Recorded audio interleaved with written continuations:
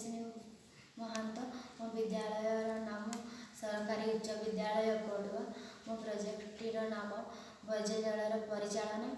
ଆମେ ପ୍ରତ୍ୟେକ ଦିନ ବହୁଳ ଭାବରେ ଜଳ ବ୍ୟବହାର କରୁ। ପ୍ରାୟ 30% ଜଳ ଆମେ ପାନୀୟ ରୂପେ ବ୍ୟବହାର କରୁ, କିନ୍ତୁ 70% ଜଳକୁ ଆମେ ଅନ୍ୟାନ୍ୟ କାର୍ଯ୍ୟ ଯଥା ଶୌଚାଳୟ, ସ୍ନାନ, ରୋଷେଇ, ଧୋଇବା କାର୍ଯ୍ୟରେ ବ୍ୟବହୃତ କରିଥାଉ। ଏହି ବର୍ଜ୍ୟ ଜଳ ଏଣେତେଣେ ଜମି ରହି ପରିବେଶ ପ୍ରଦୂଷଣ କରିଥାଏ। ସେହି ବର୍ଜ୍ୟ ଜଳକୁ ଆମେ ଠିକ୍ ଭାବରେ ପରିଚାଳନା କରି ପୁଣି ଥରେ ବ୍ୟବହାର କରିପାରିବା।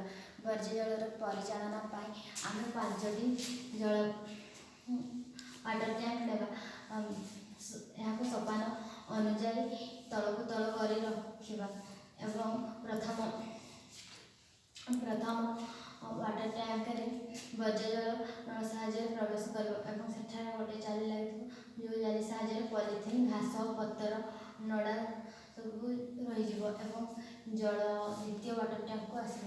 ସେଠାରେ ବାଲି ଓ ଛୋଟ ଗଡ଼ି ସବୁ ରହିଯିବ ଏବଂ ତାହା ନଳ ସାହାଯ୍ୟରେ ପୁଣି ତୃତୀୟ ୱାଟର ଟ୍ୟାଙ୍କକୁ ଆସିବ ଏବଂ ସେଠାରେ ଜଳ ସ୍ଥିର ରହି ମାଟି ତଳେ ବସିଯିବ ଏବଂ ସେହି ଜଳ ଚତୁର୍ଥ ୱାଟର ଟ୍ୟାଙ୍କକୁ ଆସିବ। ସେଠାରେ ଅଧିକ ପରିଷ୍କୃତ ହୋଇ ତାହା ଅନ୍ୟ ଏକ ୱାଟର ଟ୍ୟାଙ୍କକୁ ଆସିବ। ସେଠାରେ